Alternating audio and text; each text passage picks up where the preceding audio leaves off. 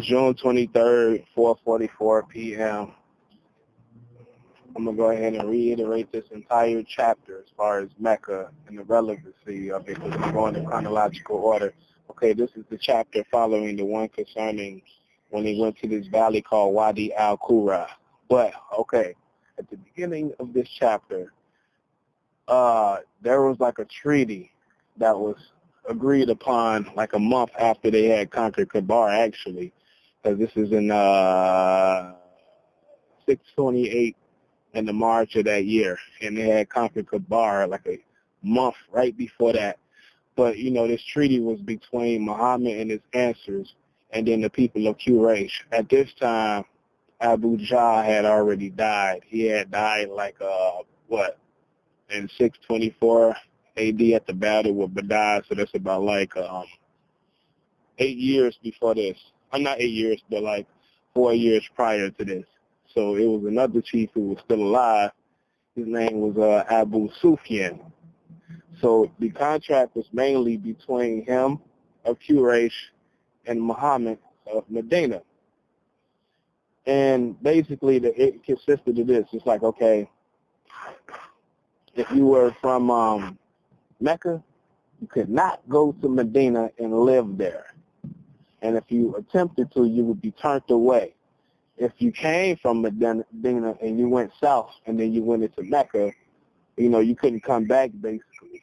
So, it's more so like, I don't want to say animosity, but I would say like on the side of Muhammad and the Medinians, it was a little bit more restrict from their part. They didn't say anything as far as like, okay, if a person had went to Medina, would they be turned away from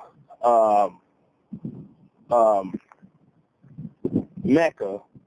But I assume that might be the case and it might not. But one thing was for sure is like if you was a merchant, you was a person that was just traveling through, according to this peace treaty, like you can head north as far as a passage is concerned, and you were guaranteed not to be killed. You just couldn't settle in Medina, and vice versa. Like you could head south. Like if you was a merchant and you had to go as far as Yemen to trade, you're able to pass through those areas and not get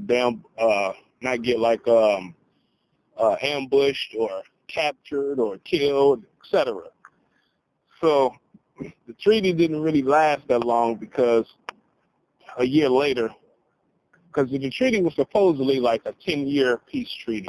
But see, like this book that I'm reading, The Origins of an Islamic State, they didn't say anything about like how long it was supposed to have been for.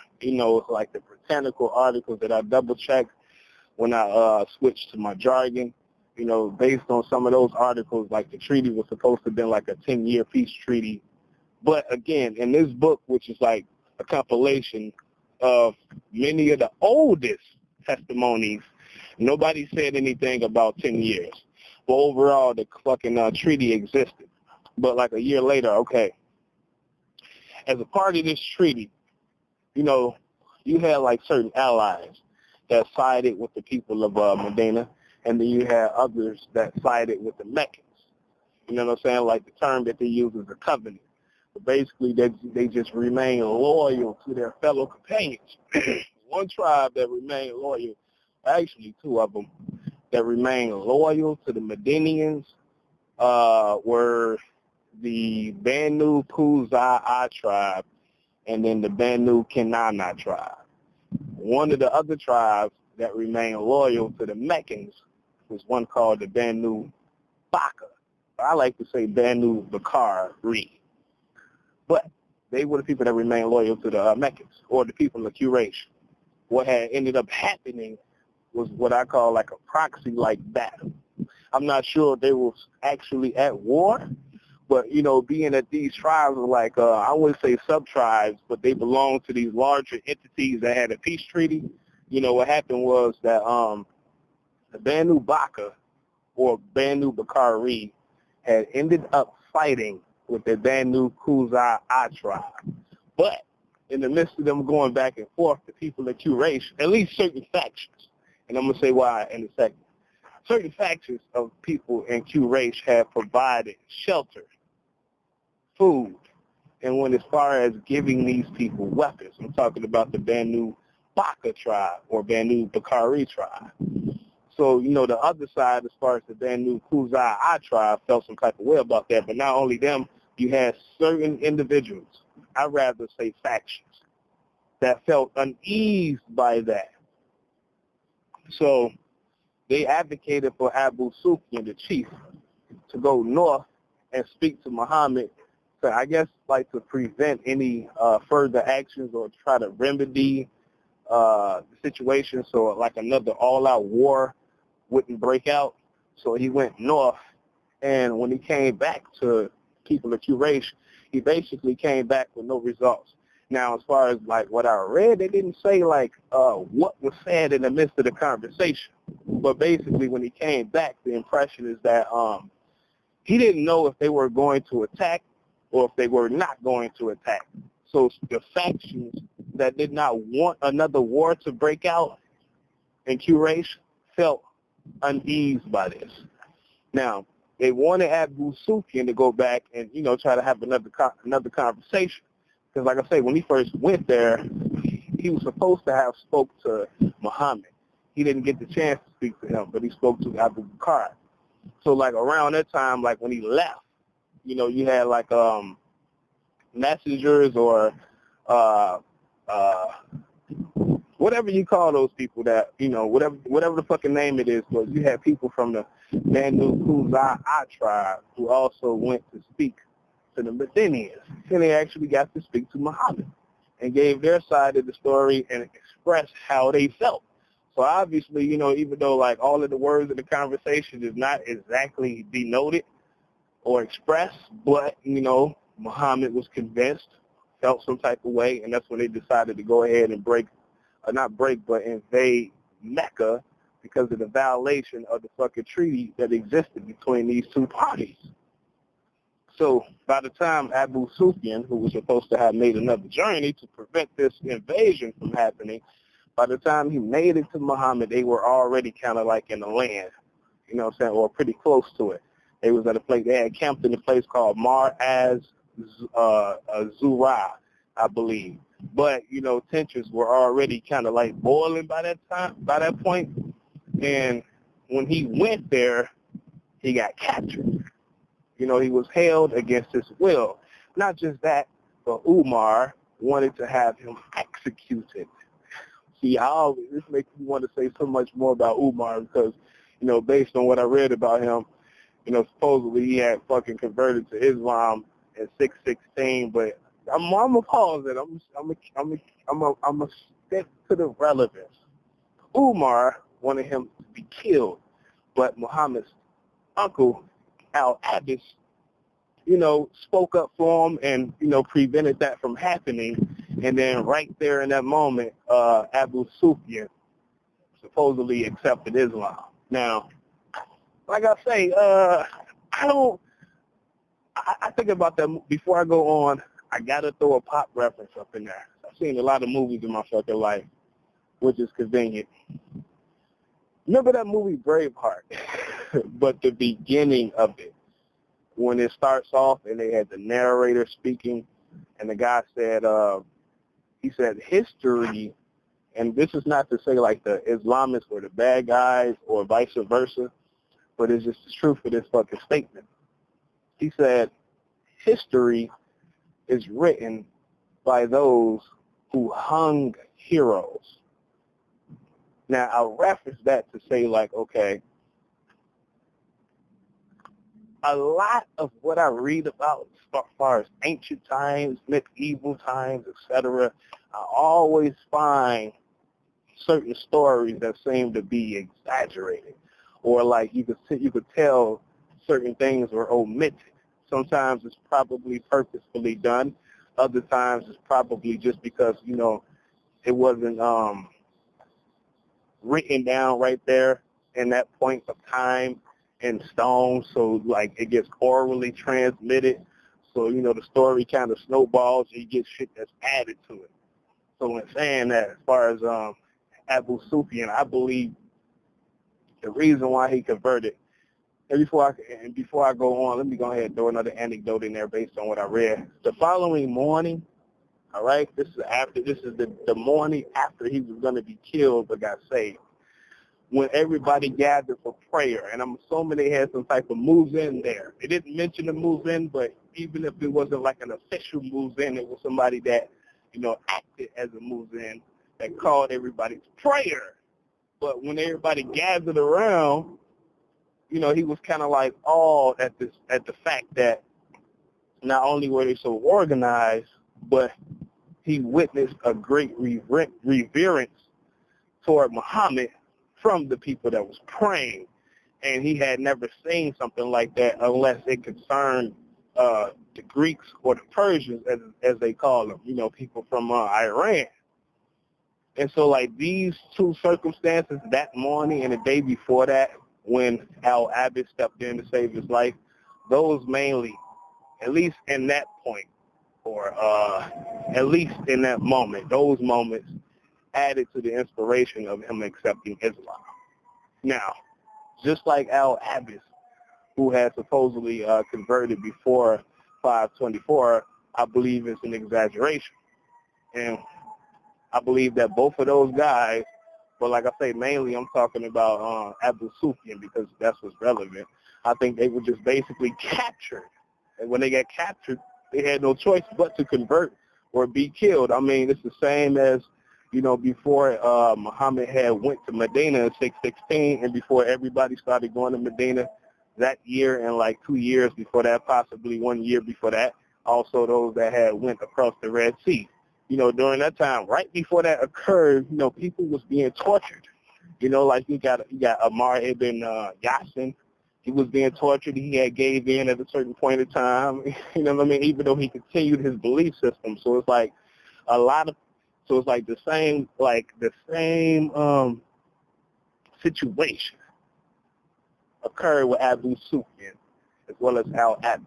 So as far as Abu Sufyan, yes, if he had not had converted, he would have gotten killed. And if he was like a person of a lesser position, like if he wasn't some type of chief, he probably would have just got killed anyway.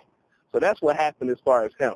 But like I say, the next morning or following that, Al-Abbas had volunteered himself to go to Mecca and basically let the people know what happened with not just Abu Sufyan, but the odds that they were facing. He was trying to persuade them to give in because they were not like in a win situation.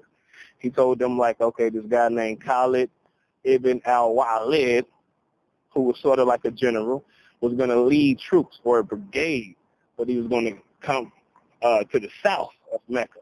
And another guy named Az-Zubair was going to come from the north.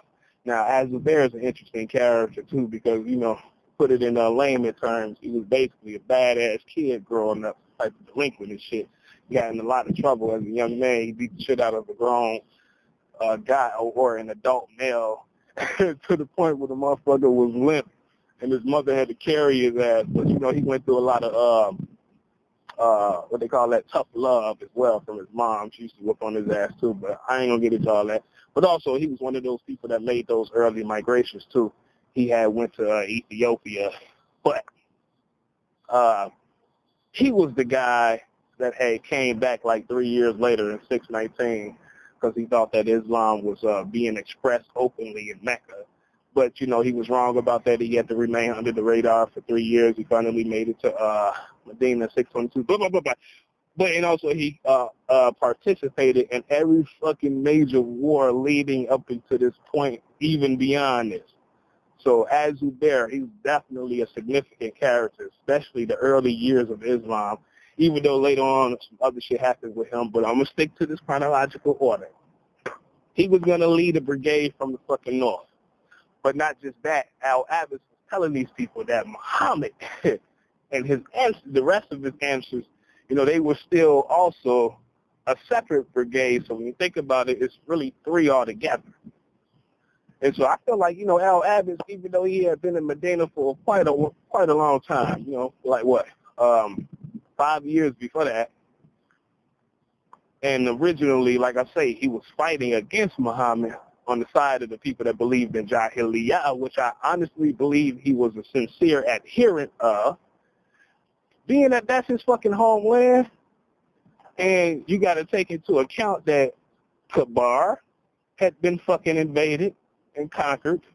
Wadi al-Qura had been fucking invaded and conquered. Pradak also was conquered, not invaded because they basically yielded. He witnessed all of this, so he knew how the situation was going to play out.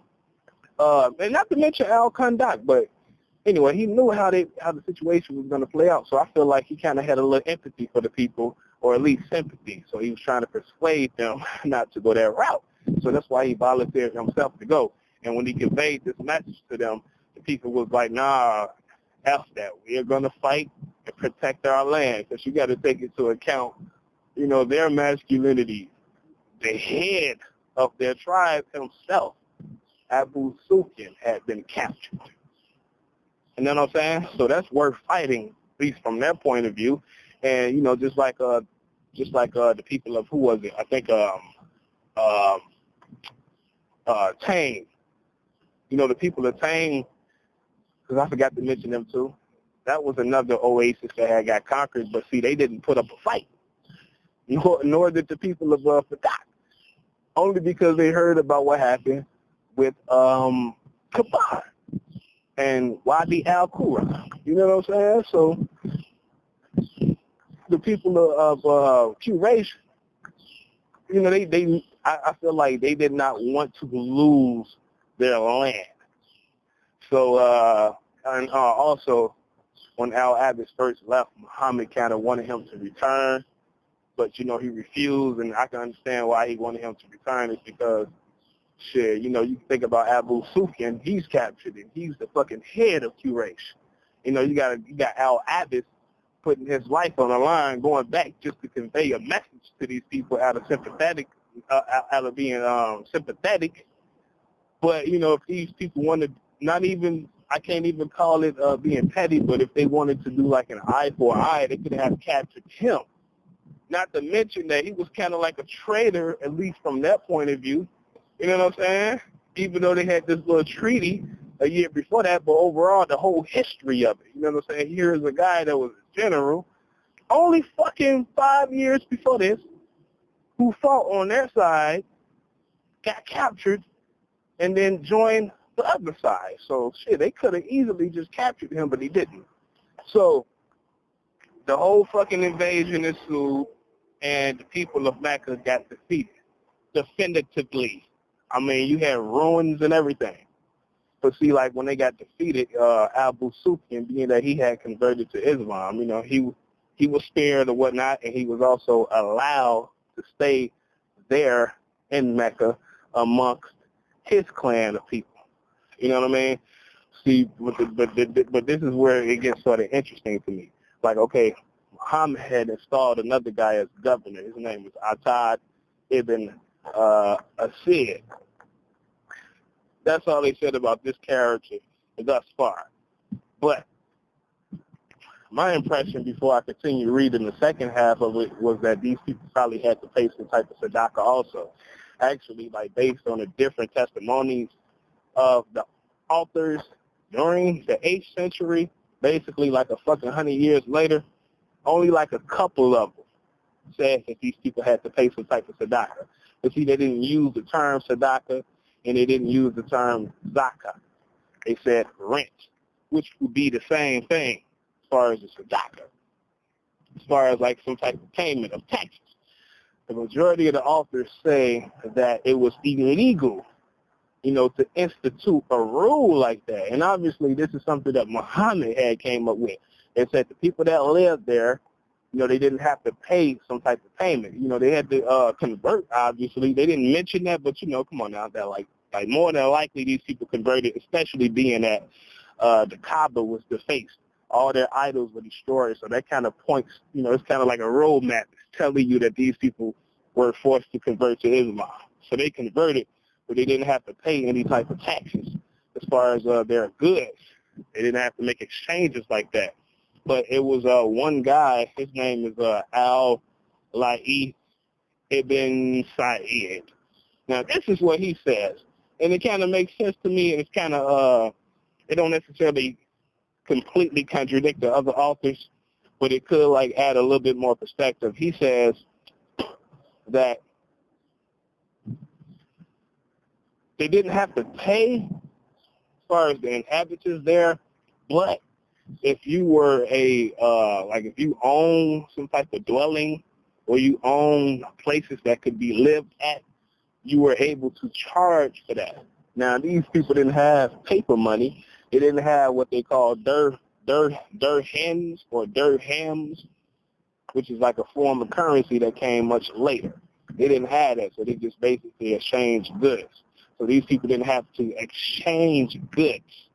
But if you own land or you own places that can be lived at, you can charge those people that live there. You know what I'm saying? So I guess, in other words, what they'll have to produce, they'll have to give over as well to the owner of this land or this area and so and so. But being that, Mecca was raided, and not only was the Kaaba defaced, but, you had these towns and forts that were destroyed as well, that were in ruins, because a great deal of the population had got decimated. So, like, if you were able to go there and basically rebuild upon this, then you wouldn't have to pay anything over. You get what I'm saying? Like, it's like, I don't even think I need to explain further on that. You basically didn't have to pay shit. You know what I'm saying? That's yours to keep, these dwellings. But if you came to Mecca, this is the same author, Al-Laith ibn Sa'id. He also said, like, if you came to Mecca after the fact, basically, then you would be charged. But, when you think about that, it's like, okay, if you're coming to Mecca after the fact, you don't really know anybody there in the first place, so you're going to have to live where somebody else lives at, or you're going to have to go to areas that people have, like, enough room for you. They might be the owners of these particular areas or whatever force they own, and you're going to have to pay. You know what I'm saying? What you generate as far as farming, or like if you're some type of merchant that also travels as well, you're going to have to pay some of that shit over. That's how it went. That's what he says. And again, as far as like the other authors, the majority of the authors that says the people were not charged, kind of like the people in Kabar, etc., it all kind of coincides. It doesn't necessarily contradict each other. So that's what he said about that. Now, also, a mosque was built, and this was called the Haram Mosque, and it was built near, not around at the time. That was later when they got, basically when much more was added to it. But this mosque was built not near the Kaaba, and it was like the second, as far as my knowledge of it, the second most popular mosque during that time period outside of Medina. The first mosque was called the Mosque of Quba, actually, the Mosque of Quba. That was built in 622 also. And you had other mosques, according to this book, that were also built around that time, but the Mosque of Quba was the mosque that Abu Bakr and Muhammad personally prayed in a few days out of the week, actually. So this second mosque, the Mosque of Haram, it was like the second major mosque outside of Medina. That's what they said about that so far. And let me see, as far as like the exterior of it, it was redecorated because, like I say, the idols and all of that was desecrated and destroyed and defaced. So like this, whatever type of material from Yemen, silk or whatever, more than likely black, because when you look at the Kaaba today, it's of a black color, and I'm assuming even prior to that, it was always that fucking color, even though it was like redecorated with different materials after the fact, as they talk about in this chapter, but I'm going to leave that out because it's not relevant right now. But some type of material that was used to make clothing came from Yemen, and that's what Muhammad had ordered these people to cover the outside of this Kaaba with. And that's what they did. So, that's pretty much it as far as, that portion of the chapter. The next part, it goes on to talk about a place called Taif. I know a little bit about Taif already, but I know it's like 63 miles away from Medina. It's about not Medina, Mecca, about 63 miles away from Mecca. So that's the part of the chapter that this book goes into, and I read the first paragraph of it to make sure, and it is, like I say, as far as like this chapter concerning Mecca, like, they'll kind of go on a tangent a little bit, like when they talk about this mosque, the Haram Mosque, they'll talk about like what happened, have a little short portion about Muhammad and what he did and what he instituted, but then they'll go further and talk about Abu Bakr and then Umar and then Uthman and then Yazid and then Muawiyah. These are people that came much later, caliphs, but they only bring them up as to point out their works onto this great mosque of Haram. But again, it's not that relevant at the moment. So this is all strictly for documentation purposes. It's not for nobody's fucking ears. Practice for me to make sure I do not forget this shit. And I probably should have went all the way in order. I should have probably went back as far as 610, and went, chronological order and explain all this shit. I'll do that later. I'm going to stick to the chapters right now. But that's what I want to say. Like I say, June 23rd, 5:11 p.m. I got to hurry up and put this shit on my YouTube page and go back and finish and go into the next chapter and write down the jargon before I sit down and read the chapter concerning Taif when they went there as well. Oh, by the way, that was like one of the places as far as this chapter about Mecca when they was talking about like how Muhammad and them started marching toward Mecca. They was like, okay, one of two. Either it was like Taif and Mecca. That's what they said as far as like before they made it to Mecca. So I don't know. Yeah, but that's it. June 23rd, 5:11 p.m. I need to get me a fucking cigarette. It's your boy JL, diary, retention purposes, practice, all relevant to my overall blog.